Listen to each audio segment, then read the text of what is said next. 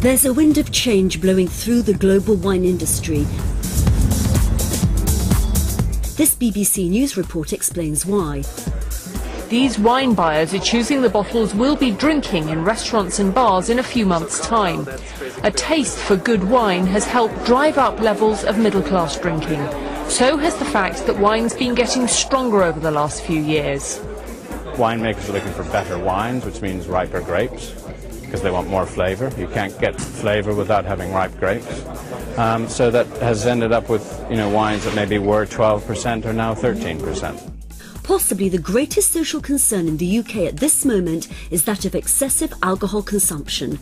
Millions of wine drinkers in particular are increasingly worried about issues like drinking and driving and other forms of social irresponsibility, while still wanting to keep moderate wine consumption as part of their lifestyle. In response, the retail trade and the hospitality industry have taken an unprecedented interest in offering wines with a lower alcohol level. A California-based company, TFC Wines and Spirits, is dedicated to making wines they describe as being big on flavour but lighter in style. This is Napa Valley winemaker David Stevens, head of winemaking at TFC Wines and Spirits. I think that it's not enough just to talk about less alcohol. People drink wine for pleasure, and as a winemaker, I've always insisted we at TFC offer something that's delicious to drink, that really is a good wine. I've always rejected the conventional ways of making so-called light wines, diluting wine with water or fruit juice, or the picking of unripe grapes. It gives you something that's sour, thin, and no fun at all.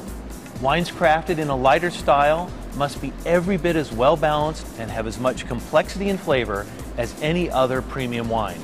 That's partly the art of good winemaking, but it's also a matter of science, state-of-the-art winemaking technology. My good friend and fellow winemaker Scott Burr has played a huge role in the development of this new generation of flavorful and well-balanced wines. We've worked together closely, not only in California, but in Chile, South Africa, Spain, and France, to figure out how to grow, harvest, and make wines that harmonize with alcohol reduction.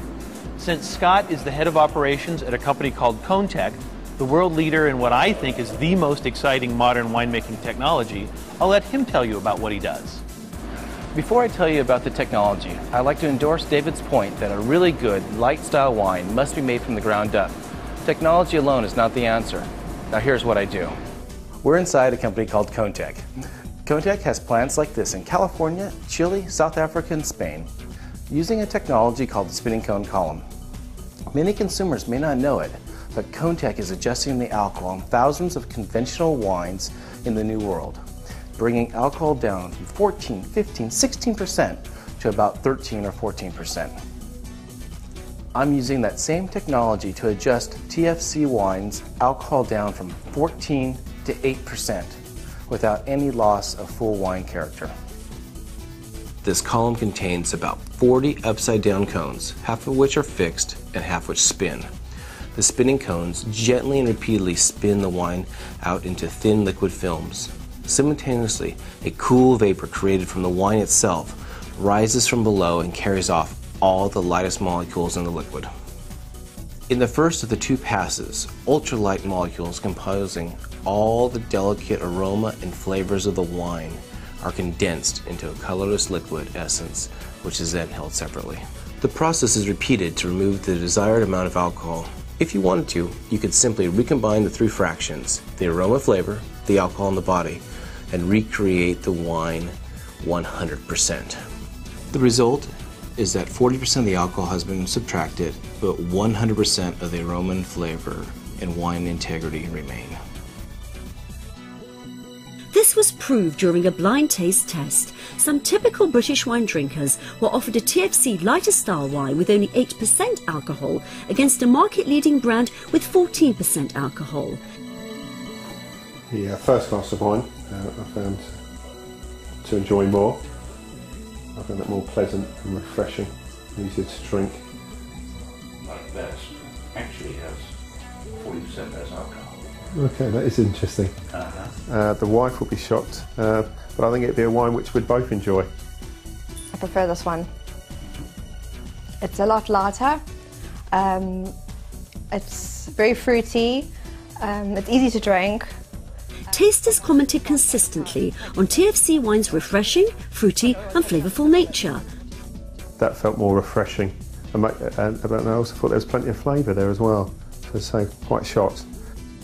It doesn't taste watered down or anything like that. When you have a more alcoholic spirit, I find that harder to drink. You know, even with just with friends, having some friends over, having a few glasses of wine, this was something I would choose to drink, definitely.